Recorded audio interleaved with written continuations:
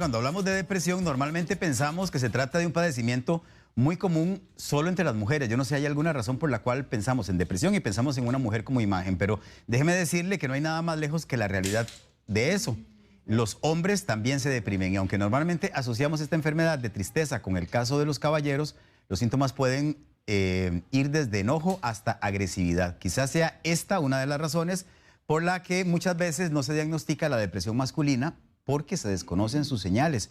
Así que invitamos hoy al psiquiatra Mauricio Campos para conversar un ratito sobre el tema. Recuerde que usted puede dejarnos sus consultas en el Facebook de Buen Día o a través de un video al WhatsApp 6087-7777. Doctor, un placer tenerlo aquí esta mañana de miércoles. Muchísimas gracias, Randall, de veras, por la invitación y hablar de un tema tan importante y a veces tan que se ha dejado de lado, ¿verdad? La depresión en hombres. Lo exploramos poco. Exacto, sí, se habla más sobre depresión, mira, a veces infantil, sobre depresión en mujeres o la depresión en general. Pero el hablar sobre la depresión en hombres es darle, digamos, palabra a una situación que está afectando muchísimo y que nos está afectando en general a una gran cantidad de pacientes y teniendo grandes consecuencias también. Claro. ¿Hay alguna diferencia significativa, si lo vemos desde el punto de vista estadístico, entre hombres y mujeres, este tema de la depresión? Sí, es interesante. Porque se dice que hasta el doble de pacientes con depresión, digamos, se podría decir que se deprimen más las mujeres que los hombres, o por lo menos podemos decir que detectamos más mujeres deprimidas, porque es más factible que la mujer tenga los síntomas de tristeza profunda y que se valoren varios síntomas donde la misma mujer pida ayuda o donde la familia detecte, mira, algo está pasando con mi mamá, con mi hermana, con mi amiga, con mi novia, mi pareja, y que se busque ayuda. El problema con los hombres, ¿verdad? Que parecería, nos da la impresión de que hay menos depresión en hombres, pero sí existe la controversia si será que la detectamos menos, porque hay varios aspectos que enmascaran esta depresión en el género masculino. Entonces hay muchas circunstancias, por ejemplo, de síntomas que podríamos ver relativamente muy frecuentemente en mujeres como tristeza constante, que no se levanten de la cama porque no hay como un deseo de hacer las cosas que antes les gustaba, y en el hombre más bien que esto sea, por así decirlo, enmascarado con ciertas circunstancias, por ejemplo, como enfocarse demasiado en el trabajo, trabajar muchísimo, meterse en deportes o hasta deportes extremos, ¿verdad? Llegando hasta estar exhausto, y otros aspectos también como conductas autodestructivas como alcoholismo o tener varias parejas. Esto sin justificar que hay circunstancias que obviamente son sumamente nocivas, pero que de una u otra forma pueden influir y darnos síntomas de que el hombre está deprimido. Ahora, le interpreto de lo que está diciendo que las señales no son iguales en hombres que en mujeres. Podrían ser diferentes. Digamos que cuando hablamos de depresión en general, hablamos de la depresión como una tristeza constante la mayor parte del tiempo y la mayor parte de los días, por así decirlo, que afecta el funcionamiento de la persona, donde ya la persona no trabaja igual, no se relaciona igual, no duerme igual, se afecta tal vez sus circunstancias a nivel de alimentación, sus relaciones sexuales, su funcionamiento cognitivo, etcétera, ¿verdad? Todos estos aspectos hablan de la depresión en general. Pero lo interesante es que en los hombres muchas de estas circunstancias se enmascaran y vemos más bien hombres que están muy irritables, muy enojados, a veces hasta muy impulsivos y que pueden empezar a tener circunstancias que pueden ponerlos en riesgo y que lastimosamente también tienden a tratarse su depresión, por ejemplo, con alcohol, drogas u otras circunstancias, ¿verdad? Que más bien empeoran la situación. Doctor, ¿por qué uno siente que los hombres buscamos menos ayuda que las mujeres en estos casos? Mira, esto es muy interesante y no solamente pasa en psiquiatría, ¿verdad? Pensémoslo, Randall, de que la situación, por ejemplo, las mujeres están más acostumbradas a ir al médico, a valorarse ginecológicamente, por ejemplo, desde temprana edad. Todos los cambios hormonales que hemos hablado en otros programas también, ¿verdad? Influyen en que las mujeres requieran y busquen atención pronta. Pero, por ejemplo, ahora que estábamos saliendo de un mes donde se ha promovido mucho la salud en hombres, por ejemplo, de lo del cáncer de próstata, ¿verdad? Es bien difícil el trabajar con los hombres en muchos aspectos porque tendríamos como que motivarlos a que consideren su salud antes de enfermarse. Y eso a veces es muy complicado. Nos pasa, como lo decíamos, con el cáncer de próstata. Por ejemplo, que muchos hombres ya se van a detectar, ¿verdad?, una situación de estas cuando ya tienen molestias y donde deberían de haberse valorado desde los 40 años, ver cómo está esa próstata, el antígeno prostático, etcétera. Lo mismo pasa a nivel de psiquiatría. Muchas ocasiones estos síntomas están presentes desde la adolescencia, desde la adultez joven. Podemos ver adultos ya después de 40, 50 años con síntomas importantes y que tal vez nos van consultando no porque el paciente quiso venir a la consulta, sino que nos dicen, doctor, yo no sé por qué me traen, yo no tengo nada, ¿verdad? Que esto es una frase muy común, ¿verdad?, en la mayoría de los hombres, y que nos dicen, a mí me trae mi familia, me trae mi esposa porque yo estoy irritable, dice que yo estoy chichoso, dice que estoy enojado, que estoy tomando más de la cuenta, que me metí en la parte laboral y que de ahí no salgo. O también vemos que los hombres consultan cuando hay una situación ya de crisis importante. Randall, por ejemplo, cuando hay una situación de separación de pareja, ¿verdad?, cuando ya se está dando un divorcio y nos encontramos, mira, tampoco es justificación, pero de una u otra forma muchas de las conductas o muchas de las situaciones estaban originadas en una depresión. O cuando el hombre está a punto de pensionarse y donde se enfrenta a una crisis de vida donde, bueno, ¿qué voy a hacer?, ¿verdad? Y muchos empiezan con sintomatología así como de que yo no valgo, ya no sé qué hacer, ya mi vida terminó. En aras de que aprendamos todos los que están en casa y nosotros aquí también, entonces, a ver, señales. Ajá. Podrían ser consumo excesivo de alcohol, Ajá. involucrarme demasiado en el trabajo, es decir, meterme de lleno en el trabajo, practicar mucho deporte. Dijo usted, ¿verdad? Lo cual no es malo, Claro. pero podría ser, digamos, una señal de que hay algo que estoy enmascarando a través de esta actividad. Claro, tal vez habría que aclararlo bien, ¿verdad? El deporte puede ser muy preventivo y puede ser considerado hasta como un antidepresivo natural. Más bien es un factor preventivo muy bueno, ¿verdad? Y se le recomienda al paciente hasta cuando está en depresión que pueda hacer actividad física, además de todos los beneficios físicos, los beneficios en salud mental. Pero lo que estamos hablando son de conductas casi compulsivas, Randall, donde la persona se centra en eso y ustedes dicen, pero es que papá ya no está los domingos, ya no está los sábados, solo anda en deporte o en los partidos o esto y el otro. Y es un cambio de conducta o una situación donde compulsivamente nos manejamos en un solo ámbito y ustedes pueden empezar a verlo asociado a otros aspectos, como conductas de irritabilidad, de enojo, de que si no puedo ir a hacer deporte ese día, ¿verdad? Estoy explosivo, enojado, y la dificultad de poder compartir con otras relaciones sociales, por ejemplo, con la pareja, con los hijos, con la familia. Entonces son situaciones como que nos prenden una señal de alarma y uno dice, mira, ¿qué estamos tratando de ocultar a través de esta conducta compulsiva? Pero que necesitamos empezar a trabajar con el hombre, ¿verdad? Y que se pueda autoanalizar. Claro, es que me parece importante que lo dejemos claro porque sobre todo tendemos a pensar que una persona deprimida es aquella que está solitaria, sola, encerrada en un cuarto, que no quiere ver a nadie. Claro. Y que pasa con tristeza permanentemente. Y estoy aprendiendo en esta entrevista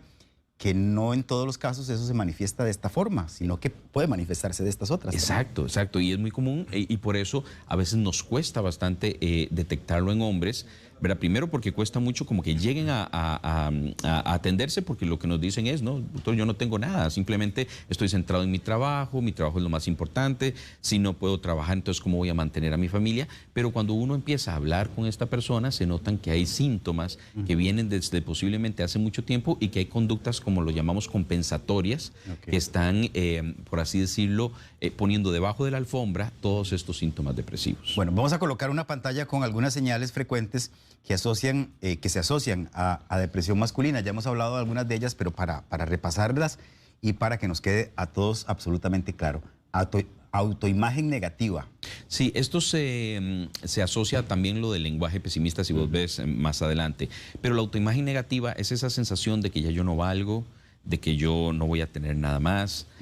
Por ejemplo, cuando las personas están llegando a esa etapa, ¿verdad?, donde se pensionan, por ejemplo, los hombres ya maduros, o por ejemplo, donde llegan a un nivel de vida entre los 40 y 50 años y hacen una evaluación de vida y dicen, no pude conseguir lo que yo quería, no pude estudiar lo que yo quería, o empiezan con crisis existenciales muy fuertes. Pero esa autoimagen negativa es, no, ahora entonces ya yo me veo al espejo, no me gusta cómo estoy, no me veo como quiero, ¿verdad? Y el lenguaje pesimista es esa sensación de que yo no valgo, yo no puedo conseguir pareja, nadie me quiere. Todas estas circunstancias que el hombre empieza a poder decir y donde es importante poner atención para ver lo que está detrás de este lenguaje pesimista y esta autoimagen negativa. Ok, en segundo lugar teníamos alta autoexigencia y fuerte autocrítica.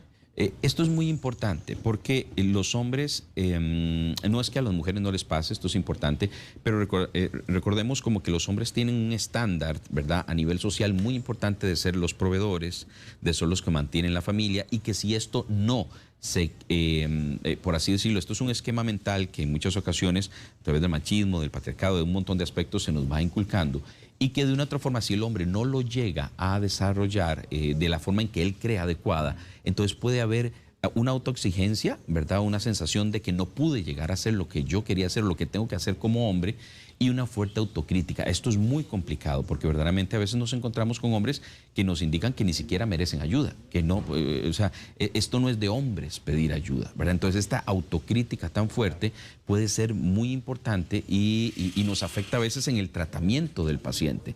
Porque para nosotros, ¿verdad?, como psiquiatras, los psicoterapeutas, los psicólogos, algo que necesitamos es la conciencia de la persona de que algo no está bien. Pero ¿qué pasa cuando lo que yo siento es, no está bien porque yo soy un inútil, porque soy un mantenido, porque hay un montón de aspectos de estos de mi autopercepción que a veces me impiden pedir ayuda por vergüenza? Se agregan a la lista frustración y pensamientos negativos, sensación de vacío, comportamiento inusual, que usted mencionaba anteriormente. Exacto. En este caso podríamos hablar de irritabilidad o de insomnio, lenguaje pesimista, que ya usted lo mencionó al principio, y conductas de escape. Aquí es donde entra aquello que mencionamos. Claro, las conductas de escape es muy importante porque son conductas, ¿verdad?, que tienen que ver, por ejemplo, cuando el hombre se centra en la parte laboral excesiva, en la parte, por ejemplo, de hipersexualidad, como que empieza a buscar múltiples parejas, donde pensamos a ver hombres como que empiezan a hasta inmiscuirse en relaciones complicadas, complejas, que les traen muchas complicaciones a nivel de vida, ¿verdad? A nivel, tienen tal vez su vida ya instaurada con su pareja, con sus hijos. Y empezamos a ver una serie de circunstancias, ¿verdad? En muchas ocasiones nos consultan familiares o parejas por infidelidad y por ciertas circunstancias y uno ve muy frecuentemente, Randall, que detrás de esto hay un hombre deprimido, sin querer justificar, porque obviamente son conductas que van a traer mucho daño a la familia, a la pareja, pero sin querer justificarlo, pero sí es entender que muy posiblemente haya depresión de fondo. Entonces es donde el abordaje psicoterapéutico y la parte de medicación, cuando es necesario, es fundamental, ¿verdad? Usted menciona ahí, y en la tablita estaba también sensación de vacío. Mira, es una ¿Cómo sensación, podemos explicar eso? ajá, es una sensación como que el hombre siente como que su vida no ha sido llena. Y está muy asociado a síntomas de mucha tristeza, ¿verdad? Entonces, normalmente vemos hombres que dicen, doctor, es que yo estoy como vacío por dentro, como lleno de aire, ya no siento nada, ya nada me gusta, ya nada me motiva.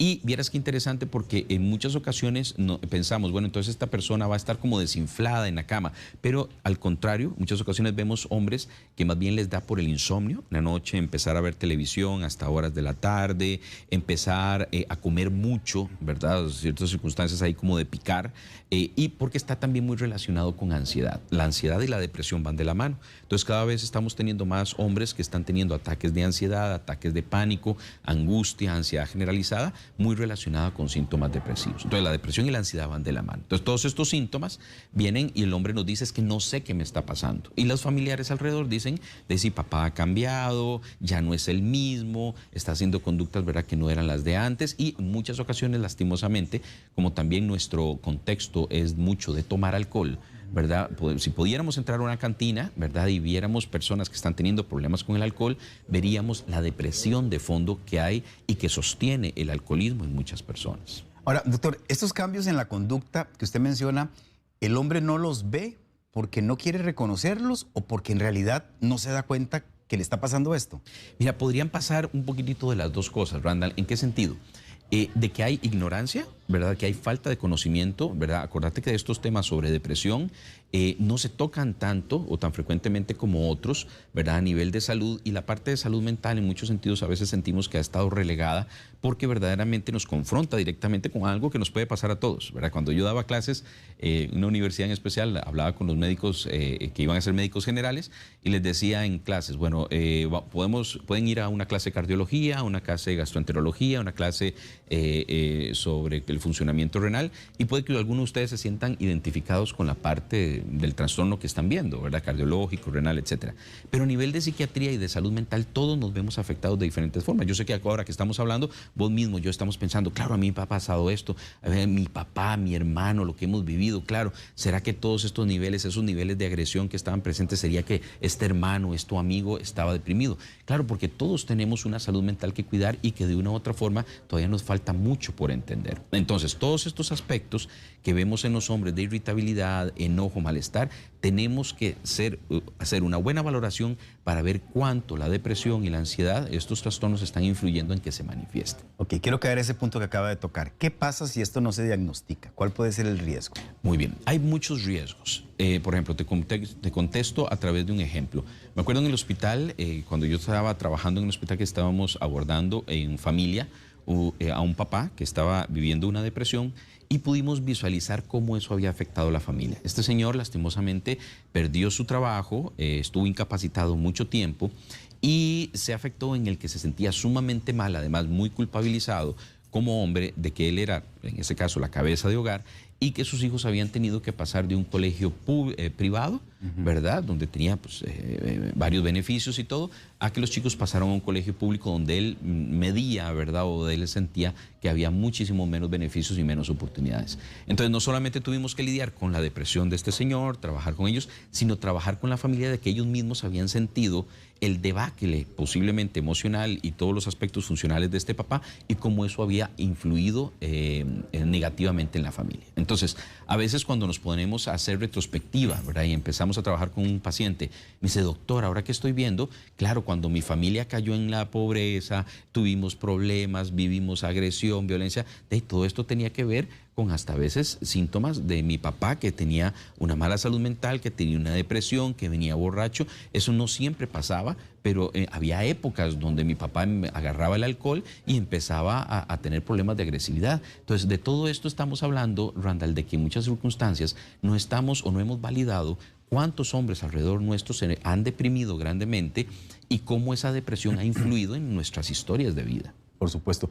¿Cuál es el abordaje? ¿Qué se hace cuando se detecta o se diagnostica un caso de depresión en hombres? Bueno, eso es muy importante. Tal vez para terminar una pregunta que me habías hecho, ¿hasta qué puede llegar un hombre con una depresión avanzada y cómo se trata? Una depresión avanzada puede llegar lastimosamente hasta la ideación suicida. Los hombres se matan más que las mujeres. Esto sí es importante. Aunque podamos visualizar más depresión en mujeres que en hombres, la conducta autolesiva letal, o sea, la conducta autodestructiva que llega al suicidio, lastimosamente sí es más frecuente, o sea, es frecuente en hombres. Y lo podemos asociar a las situaciones impulsivas, a que tal vez el hombre utilice métodos que lastimosamente no permiten ayudarle y que lastimosamente terminan con el suicidio. Entonces esto es muy importante. Nuestra mayor complicación a nivel de depresión es que la persona lastimosamente llegue a hacer un intento de autoeliminación o llegue a un suicidio consumado. También una depresión no tratada, ¿verdad? Yo he tenido casos de pacientes donde me lo traen, doctor, es que ya mi papá no solamente está triste, está viendo cosas, está escuchando cosas, sale al residencial y empieza a decir que los vecinos están en contra de él. Él tiene dinero, tiene un negocio, pero ya verdaderamente empieza con las circunstancias de que el dinero no alcanza, de que las circunstancias no están bien, de que el mundo se va a acabar, ¿verdad? Un montón de circunstancias donde ya podemos entrar hasta lo que llamamos una psicosis, ¿verdad? Donde hay depresiones que se llegan a complicar hasta el punto de psicosis, donde la persona se sale de la realidad. Entonces eso es lo que no queremos que llegue. Y el problema también con las depresiones es que se asocian, como te digo, a alcoholismo, a adicciones, a conductas compulsivas como el juego, a perder una casa, tener grandes sumas de dinero perdidas por la situación de estas compulsivas que te digo. Entonces, ¿cómo se trata? La idea con el hombre es que podamos hacer prevención y poder pedirle a los familiares y a las personas que puedan llevarlos a un abordaje temprano, no esperando que tengan todas estas consecuencias. El abordaje en psiquiatría, en psicología, con un profesional en salud mental es muy importante para la valoración previa y el tratamiento adecuado, que eso se decide según el diagnóstico. Ahora, el abordaje, me imagino yo, incluye la parte de terapia y la parte de medicamentos también. Mira, sí, esto, por lo menos en lo que hemos podido conversar hasta en otros programas, motivamos mucho a que el abordaje sea integral. ¿En qué sentido? Que tenemos que entender que hay aspectos psicológicos que influyen en la depresión en el hombre. Por ejemplo, ¿qué aspectos a nivel de su contexto personal pueden haber influido? Una ruptura de pareja, un divorcio reciente, situaciones a nivel laboral. Esto es muy importante, Randall, por ejemplo, en el contexto, en estos momentos donde estamos teniendo, lastimosamente por la pandemia y todas estas circunstancias, tantos despidos.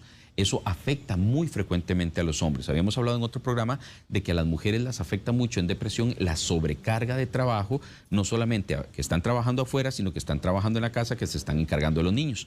Pero en el caso de los hombres, cuando tienen un despido y una situación así, eso afecta directamente su parte de autoestima en muchas ocasiones y su sensación de no estoy siendo el proveedor, soy un inútil, mejor me muero. ¿Está bien? Entonces esto afecta. Es muy importante entender, Randall, que también hay otros aspectos que pueden haber afectado la vida del hombre. Los hombres también viven violencia, han vivido violencia. Muchos de ellos empiezan a contarnos, doctor, mi papá nos agredía, llegaba con un chilillo y nos agarraba a todos, ¿verdad? Y nos dejaba moreteados. Entonces, muchos hombres han vivido violencia y esto es muy importante. También han vivido abuso sexual. Lo que pasa es que en muchas ocasiones, así como para la mujer es tan difícil comentarlo, hablarlo, pero cada vez podemos empezar a trabajar el trauma en mujeres, porque ya se conoce, ya se sabe que se vivió abuso con este familiar, con este primo, con estas circunstancias. En los hombres todavía es más difícil tratarlo porque da muchísima más vergüenza hablar sobre un abuso sexual. Entonces esto es importante tenerlo en cuenta. La parte neurobiológica también influye, Randall. ¿Por qué decimos que el paciente tiene que ser abordado integralmente? Yo considero que la forma más apropiada de abordar un trastorno depresivo, estos tipos de trastornos, es de forma colaborativa, entre el psicólogo, el psicoterapeuta, el psiquiatra, y en algunas ocasiones hasta tenemos que involucrar otros médicos, como por ejemplo el endocrinólogo. Porque en una valoración con un paciente de primera vez, un hombre, nosotros valoramos también cómo está el hemograma, cómo están las pruebas de función renal y todo, ¿verdad? Pero, por ejemplo, también tenemos que a cierta edad también hacer exámenes, por ejemplo, de testosterona, porque también tenemos que considerar cómo esa parte hormonal y cómo esos cambios que se dan a cierta edad también pueden estar influyendo en posibles depresiones. ¿Por cuánto tiempo, en términos generales, se extiende el tratamiento? También hemos conversado, ¿te acuerdas? De que en la medicación, la parte del antidepresivo, muchos hombres no consultan porque tienen mucho temor a los efectos secundarios. Que de eso quería que habláramos también. Claro. ¿Cuáles son los efectos esperables, verdad? Esperables, exacto. Digamos, tenemos que tener en cuenta que cada vez más tenemos medicamentos muy nobles, muy buenos, muy positivos y que nos ayudan a dar una atención pronta, adecuada y una recuperación funcional muy rápida, ¿ok? Normalmente, si encontramos el medicamento apropiado, porque el médico puede hacer varios cambios a lo largo del proceso de la persona o agregar medicamentos en conjunto para poder solucionar una situación depresiva o de otros trastornos, pero deberíamos de poder ver una respuesta en mes, mes y medio. Es más, a veces hasta antes podemos ver ya una mejoría en la persona. Siempre, por lo menos de mi perspectiva, tenemos que considerar lo que está pasando en el contexto y la parte neurobiológica es muy importante, Randall, porque estabilizarla. ¿Por qué? Porque si podemos regular la parte neurobiológica a través de la medicación, esto hablamos de los neurotransmisores, que sabemos que hay posiblemente un desequilibrio ahí y que cuando tenemos una mejoría en 3 semanas, un mes, es porque había definitivamente una depresión que era necesario tratarla por la vía de medicación.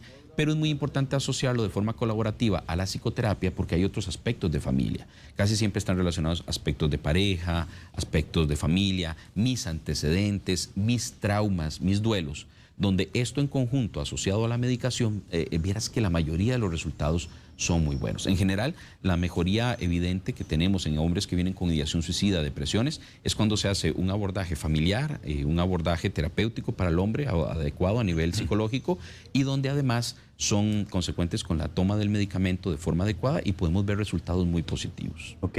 Los efectos secundarios de estos medicamentos, en términos generales, ¿cuáles son? Mira, muchos hombres tienen temor de que cuando se inicia un medicamento, hacerse adicto a los medicamentos, y esto no es cierto. En la mayoría de los, en general, los medicamentos antidepresivos no producen adicción.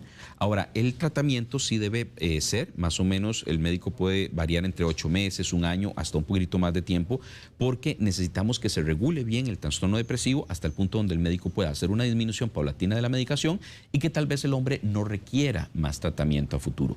Pero esto es importante tenerlo en cuenta, Randall, cuando una persona ya ha tenido varios cuadros depresivos a lo largo de la vida, es posible que algunas personas requieran un tratamiento por más tiempo. ¿Okay?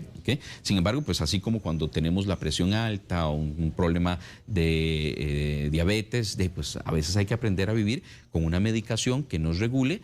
No precisamente todos los cuadros depresivos son así. Ahora, efectos secundarios. muchos hombres pueden sentir al inicio algún tipo de ansiedad o malestar estomacal, son los más frecuentes, digamos, que haya con los medicamentos antidepresivos, pero normalmente estos síntomas pasan entre la primera y la segunda semana. Hay algunos hombres que reportan disminución en la libido, que es la energía sexual, o disminución también en la, digamos, en el mantenimiento de la erección o en alguna situación ahí de la parte de la velocidad de la eyaculación, ¿verdad? O sea, o que tengan dificultad para llegar a la eyaculación. Esto no con todos los antidepresivos se da, y cuando lo comunicamos con el médico puede hacer varios cambios que pueden beneficiar al hombre y que estos síntomas no se sigan dando. Perfecto. Vea, hay una pregunta que nos hace Heidi Gutiérrez que me da pie a preguntarle algo que quería saber yo. Heidi dice, es importante, sí, detectar la depresión y apoyar a las personas que tienen este problema, pero también es importante saber qué hacemos quienes vivimos mucho tiempo con estas personas, que también siento que necesitamos ayuda a nosotros. Yo quería preguntarle, me parece muy válido esto que Heidi pregunta, es decir, en primer lugar, ¿cuál debe ser el papel de quienes rodean a esta persona que está deprimida, a este hombre que está deprimido? Y luego, ¿qué tipo de ayuda también necesitan? Porque también están sometidos a una gran presión, creo yo. Claro. Randall, eso es una pregunta muy frecuente que nos hacen. Doctor, vea, mi esposo, por ejemplo. Mi esposo está mal, está irritable, no nos trata bien ni a mí ni a mis hijos, y nosotros vemos un cambio en él, ¿verdad? Desde hace tiempo. Él no era así, ¿verdad? Entonces empezamos a atar cabos y uno dice, es muy posible que esta persona esté pasando por una depresión, una situación que no está pudiendo manejar. Pero muy frecuentemente nos dicen, doctor, pero no lo podemos llevar, pero bueno, o sea, no va a querer ir, ¿verdad? Nosotros le decimos, vamos, y lastimosamente la frase que se utiliza mucha gente, ¿verdad? Que lo que nos denota es una falta de conocimiento muy grande. No, pero es que yo no estoy loco. ¿Cómo me van a llevar donde el psicólogo? ¿Cómo me van a llevar el psiquiatra? Esto denota que no comprendemos lo que es la depresión. La depresión no es estar loco y es un término que ya no utilizamos. La depresión nos puede pasar a vos, a mí, a cualquiera de las personas televidentes que nos están viendo el día de hoy, nos puede pasar una depresión. Entonces, lo importante es que sigamos trabajando en estos temas a nivel de salud mental para ampliar y quitar muchos esquemas, muchos mitos que hay con respecto a pedir ayuda.